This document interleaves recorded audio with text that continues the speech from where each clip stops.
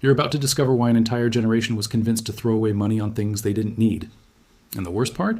You've already been living with the solution sitting in your home the whole time. Welcome back to Secret Vault. Here's a question nobody asks anymore. What if I told you that somewhere between 1950 and 2010, we collectively forgot how to solve the most basic problems in our own homes?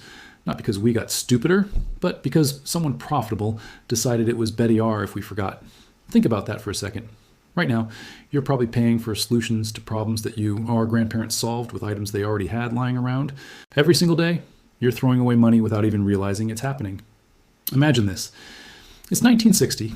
A woman is preparing dinner in her kitchen. She has maybe 5 products under her sink. No specialty cleaners, no gadgets, no subscription boxes showing up at her door with life-changing kitchen hacks. But somehow, she's faster than you. Her kitchen is cleaner than yours. Her food stays fresh longer, and she's spending a fraction of what you spend. How is that possible? Well, let me show you exactly how.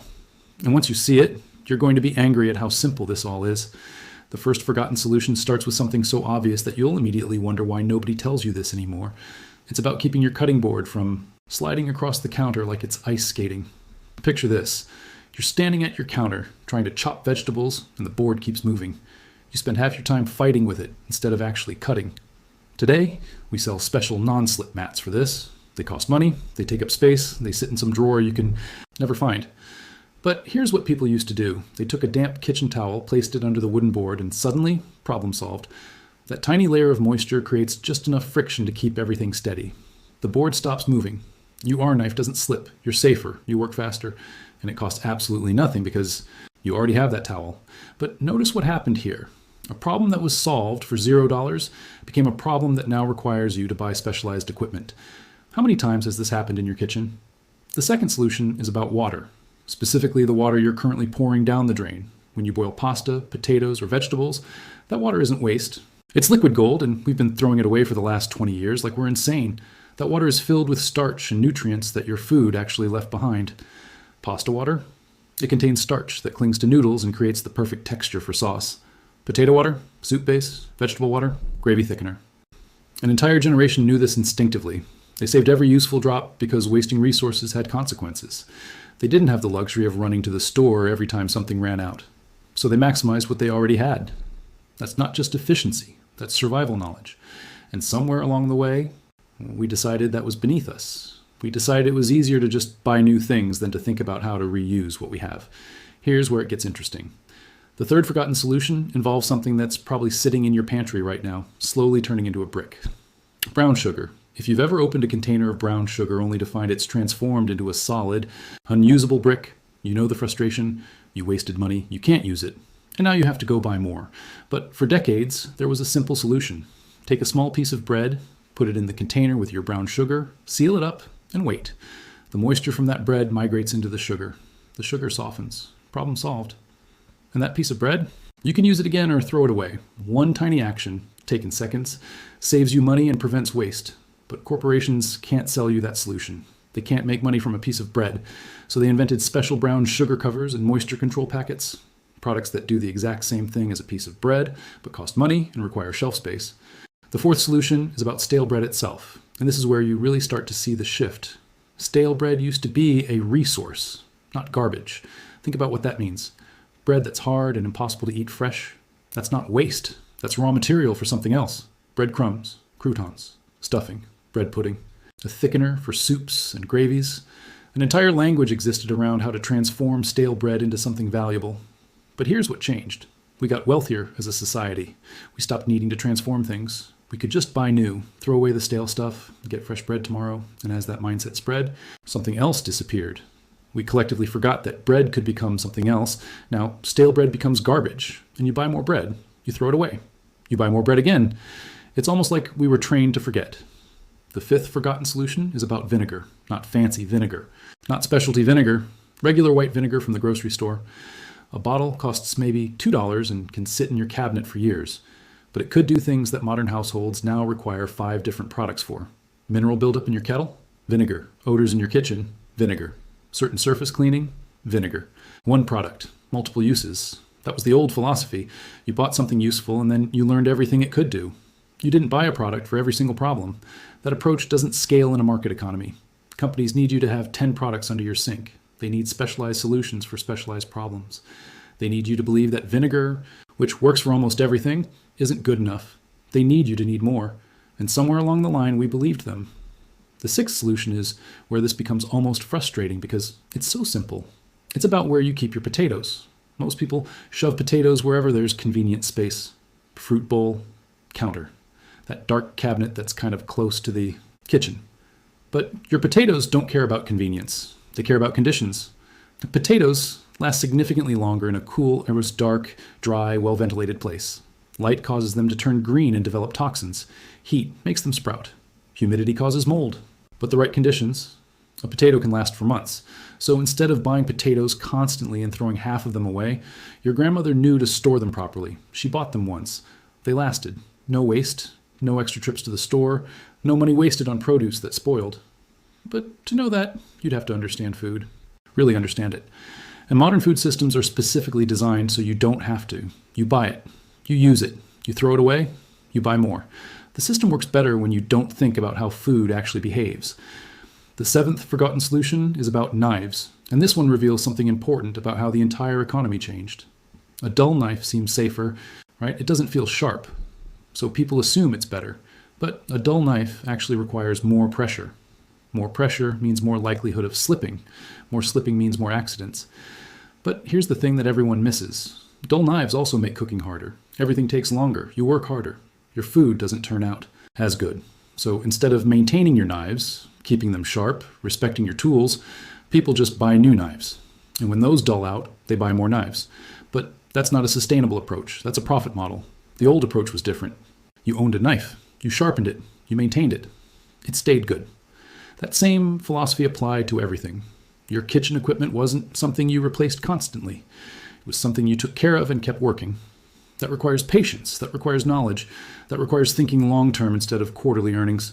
The eighth solution is where the old kitchen mindset really shows itself. It's about leftovers, but not in the way you think. You probably treat leftovers as leftovers. You eat them a day or two later and they feel sad, like you're settling. But here's what people used to do. They treated leftovers as ingredients. A roasted chicken didn't become leftover chicken. It became the starting point for chicken soup, chicken salad, chicken for sandwiches, shredded chicken for tacos. Vegetables that were cooked became a casserole base. Rice became fried rice. The leftover meat became hash, ground filling for pies, stock for other dishes. Nothing was reheated and eaten as is. Everything was transformed. It became something new, a completely different meal. And when you think about cooking that way, the entire economics of your kitchen change. You're not buying groceries that get turned into meals and then wasted. You're buying ingredients that become multiple meals. You're planning chains of meals instead of individual meals. That takes more thinking, but it saves a shocking amount of money over a year. The ninth forgotten solution is about organization, and this is actually genius when you think about it. Instead of buying specialized drawer organizers, containers, and storage solutions, people reuse things, old jars, small tins, containers from products they'd already bought. They'd label them and organize their kitchen. Ingredients and small items, spices in one jar, seeds in another, baking ingredients separated and accessible, buttons in a tin, small tools in a container, everything organized, labeled, and instantly findable. Now, organize your kitchen this way, and it saves more than money. It saves time. When you need something, you know exactly where it is. You don't dig through a messy drawer. You don't spend 5 minutes looking for cumin. It's right there. That time adds up. Every small convenience is a small amount of time saved. And time, as they say, is money. But here's the deeper lesson hidden inside all of this. The 10th forgotten solution is actually about how people approached work in their kitchens. Batch preparation. Instead of chopping one onion when you needed it, people would chop several at once. Instead of washing vegetables repeatedly throughout the week, they'd wash and prepare a larger amount and store what wasn't immediately needed. The same logic applied to dough, sauces, stocks, cooked grains, everything. It meant less repetition, less cleaning up after each individual task, less time overall. But it required thinking ahead, planning, understanding that doing something multiple times in one session is more efficient than doing it scattered across multiple sessions. That's not a revolutionary insight, but it's one that the modern kitchen has completely abandoned. Instead of thinking strategically about food preparation, we're sold the idea that time saving comes from buying faster gadgets, faster blenders, faster microwaves, faster appliances. But the real time saver was never the appliance, it was the strategy. And then there's the final piece, the thing that ties everything together and explains why all of this worked. The 11th forgotten solution that we haven't really talked about yet is about heat itself, not body heat. Actual heat from your oven or stove. Imagine this. It's winter. Your oven is on for dinner. It's already hot. You're using energy to heat it. But instead of using that heat for one dish, the old kitchen used it for multiple dishes. You'd plan several compatible foods that could cook one after another in that same hot oven. The heat wasn't treated as something that belonged to a single meal. It was a resource, fuel. You didn't waste it, you multiplied it, you planned around it. And that changes everything about how you approach cooking. Instead of heating the oven multiple times throughout the day, you're heating it once. You're using that energy efficiently. You're thinking about cooking as a system where resources are reused, not constantly replenished. That's the real secret hidden inside all of these forgotten solutions. People weren't necessarily smarter. They weren't necessarily more resourceful. But they lived in a world where waste had a real cost. Wasting food meant hunger later. Wasting fuel meant being cold. Wasting money meant not being able to buy other things you needed. So they developed systems, habits, and knowledge to prevent waste. And those systems actually worked. They were efficient. They were elegant. They solved real problems with real resources. But something happened. Somewhere in the middle of the 20th century, things changed. We got wealthier. Markets needed to expand. Companies needed to grow. And the only way to grow when everyone already has everything they need is to convince them they need things they don't actually need. So the strategy wasn't to make better products. It was to make you forget how to solve problems without products. It was to take something that costs nothing, like placing a damp towel under a cutting board, and make you believe you needed to buy something specialized instead. It was to make you forget that bread can become breadcrumbs, that water can be reused, that leftover food can become new food, that one product can have multiple uses, that tools should be maintained, not replaced, that planning beats gadgets. And it worked. It worked so well that now an entire generation doesn't know any other way.